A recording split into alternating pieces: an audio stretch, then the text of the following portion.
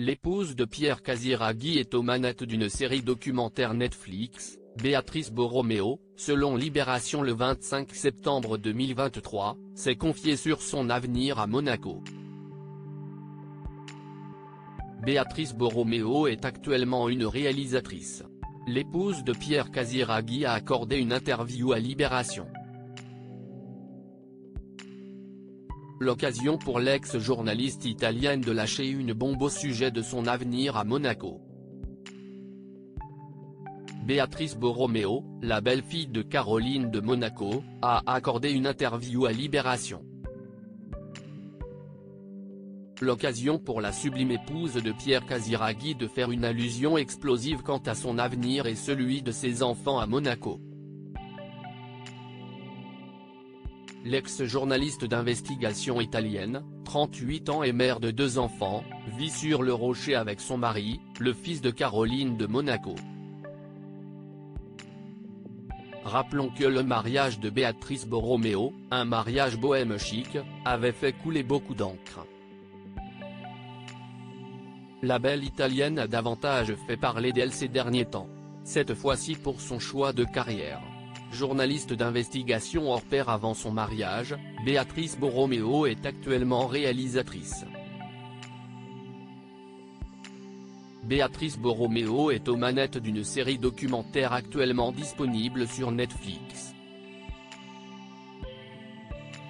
La belle-fille de Caroline de Monaco a choisi comme sujet épineux de son documentaire, un homicide qui a eu lieu en Corse dans les années 70. Dans l'ombre du trône, est la série documentaire Netflix de Béatrice Borromeo traitant de l'affaire de meurtre impliquant le fils du dernier roi d'Italie, Victor Emmanuel de Savoie, comme le rappelle la rubrique Portrait de Libération du 25 septembre 2023. Le documentaire explore l'histoire d'un soir d'été, qui se déroule sur l'île de Cavallo.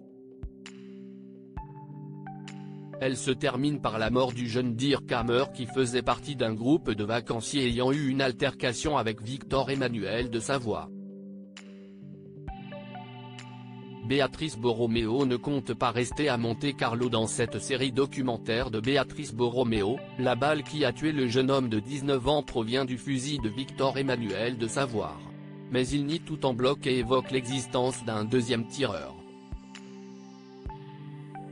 Comment l'argent, le pouvoir et les relations peuvent altérer les faits, voilà ce que je voulais explorer, annonce Borromeo en parlant de son documentaire. Actuellement réalisatrice, celle qui a risqué sa vie quand elle était encore journaliste vit désormais moins dangereusement. Mais peut-être pas indéfiniment. À Monte-Carlo, ville extrêmement sûre, on peut facilement oublier le reste du monde, mais nous n'y resterons pas toujours, a-t-elle confié. Avant de continuer, je ne veux pas faire grandir nos enfants dans une bulle.